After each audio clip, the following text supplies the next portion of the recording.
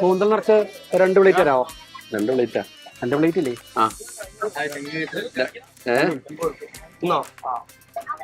ചായ പറയണ്ടേ? വാ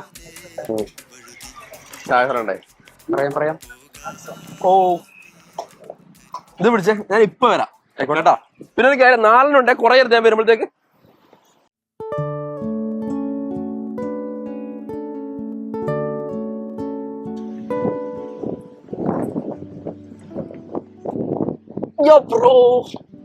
നാലുണ്ടല്ല, 1 മണിയല്ലേ? ഞാനല്ല, ജോസഫ് എടുത്താ.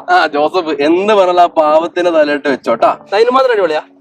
അറിയില്ല, നമുക്ക് നോക്കാം. ഇതാണ് ഇപ്പത്തെ കോഴിക്കോടത്തെ ട്രെൻഡ് സാധനം. ആണോ? ഇതാണ് മോനെ കോഴിക്കോടത്തെ ട്രെൻഡ് ഇപ്പോഴത്തെ.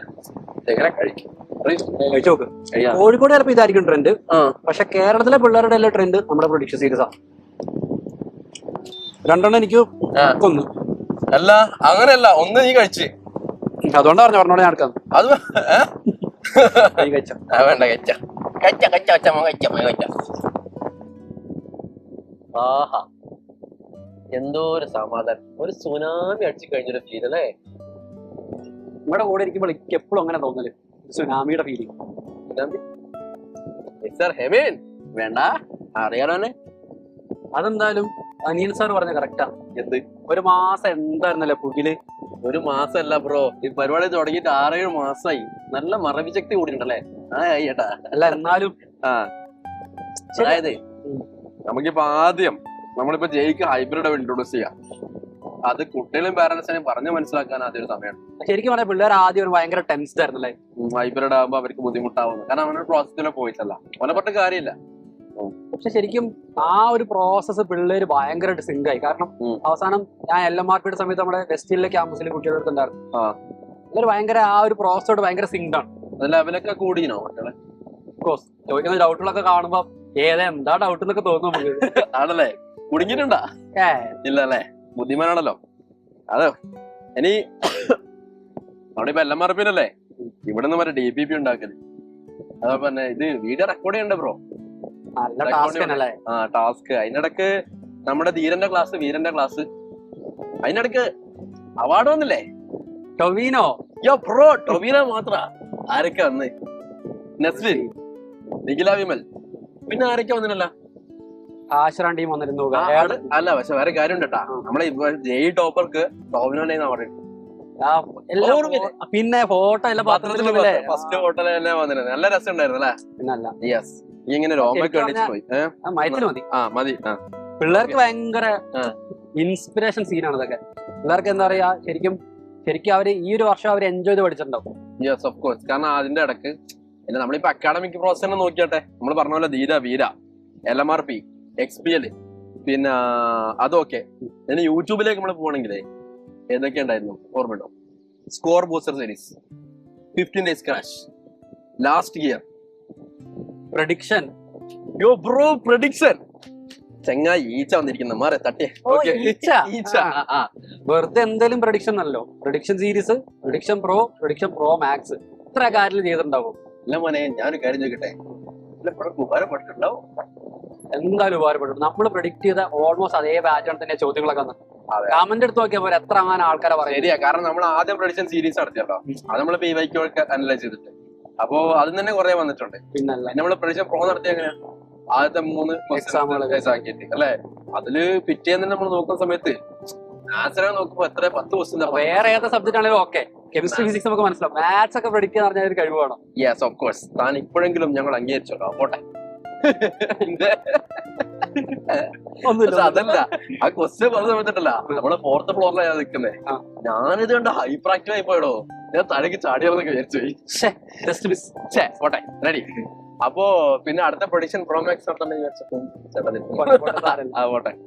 ഇനി അത് പോട്ടെ, നമ്മുടെ സ്കോർ ബൂസ്റ്റർ സീരീസ് ഉണ്ട്. ഫസ്റ്റ് സ്കോർ ബൂസ്റ്റർ സീരീസ് ആദ്യം നമ്മൾ കൊടുക്കുന്നത് മറ്റേ റിപ്പീറ്റഡ് ആയിട്ടുള്ള ക്വസ്റ്റ്യൻസ്, അതായത് ഏറ്റവും കൂടുതൽ ട്രെൻഡിങ്. പിന്നെ നമ്മൾ അടുത്ത് നടത്തിയതാ 15 days ക്രാഷ്. 15 days ക്രാഷിൽ നമ്മൾ ഏറ്റവും ഇമ്പോർട്ടന്റ് ആയിട്ടുള്ള ചാപ്റ്റർ, അതിൽ കെമിസ്ട്രിക്ക് കൂടെ കൂടുതൽ ഊന്നൽ കൊടുത്തു. ഓക്കെ.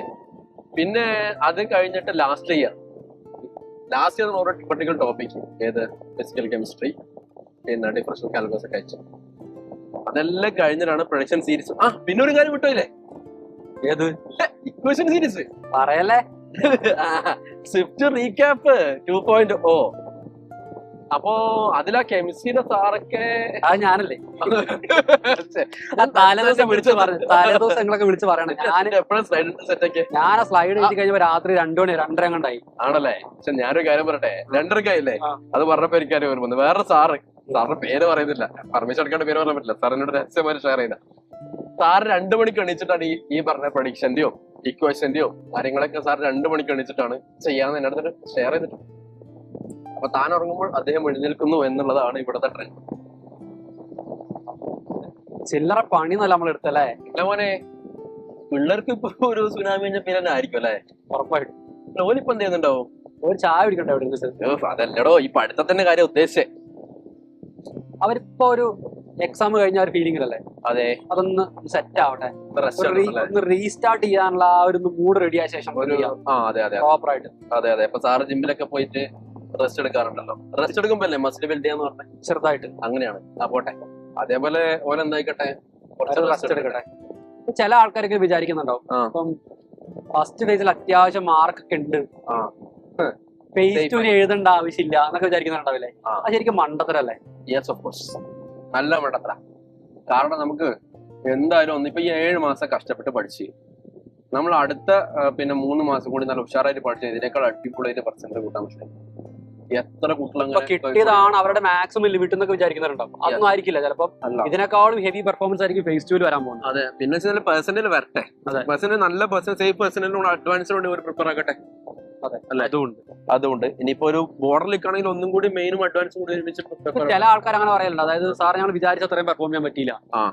അതാണ് ശരിക്കും. പക്ഷെ വേറെ കാര്യമുണ്ട്, ഈ വിചാരിച്ചത്ര പെർഫോം ചെയ്യാൻ വേണ്ടി അതിനുള്ള 2 ചാൻസ്. ജെയിന്റെ പ്രത്യേകത അല്ലേ, 2 ചാൻസ് ഉണ്ടല്ലോ. അപ്പൊ ഈ വിചാരിച്ചത്ര പെർഫോം ചെയ്യാൻ വേണ്ടി പറ്റിയില്ല എന്ന് വിചാരിക്കാം, പക്ഷെ അവർ പഠിച്ചത് നഷ്ടപ്പെടുന്നില്ലല്ലോ. താൻ ആ ചായ കുടിച്ച് ഡിസ്കഷനിൽ പങ്കെടുക്കും, ചായ നിർത്തിയിട്ട്. അല്ലേ, വിചാരിച്ചത് എവിടെയെങ്കിലും പോകുന്നുണ്ടോ? പോകുന്നില്ല. വിചാരിച്ചതല്ല, ക്ഷമിക്കണം, പഠിച്ചത് എവിടെയെങ്കിലും പോകുന്നുണ്ടോ? ഇല്ല. ഒന്നും കൂടി വൃത്തിക്ക് ഉഷാറായിട്ട് പഠിച്ചു കഴിഞ്ഞാൽ ഒരിക്കൽ എന്താക്കാൻ വേണ്ടി പറ്റും, സെക്കൻഡ് ഫേസിലേക്ക് നല്ല സെറ്റ് ആക്കാൻ വേണ്ടി പറ്റും. ഫേസ് 2 പ്ലാൻ ഒക്കെ സെറ്റ് ആണോ? യെസ് ബ്രോ, ഫേസ് 2 പ്ലാൻ ഒക്കെ ഓൾറെഡി സെറ്റ് ആണ്, പ്ലാൻഡ് ആണ്. ഫേസ് 1 വേണ്ടി നമ്മൾ പ്ലാൻ ചെയ്ത ഫുൾ പരിപാടി ഫേസ് 2 ഉണ്ടാവും. അതുണ്ടാവുന്ന മാത്രമല്ല, അതൊക്കെ മേലുള്ള സാധനങ്ങൾ ഉണ്ടാവും. ഒരു കാര്യം ചെയ്യാം, ഒരാഴ്ച കഴിയട്ടെ, ഒരിടത്തേക്ക് ലൈവിൽ വന്നിട്ട് നമ്മുടെ പ്ലാനൊക്കെ പറയാം. പിന്നെ ഡിമോട്ടിവേറ്റ് ഉള്ളൊക്കെ മോട്ടിവേറ്റ് സെറ്റ് ആക്കാം. ഓരോന്ന് റിലാക്സ് ആയിട്ട് വരട്ടെ, ഓരോന്ന് കുറച്ച് റിലാക്സ് ആകട്ടെ, നമുക്ക് നമ്മുടെ പരിപാടികളെല്ലാം സെറ്റ് ആക്കാം. Okay bro.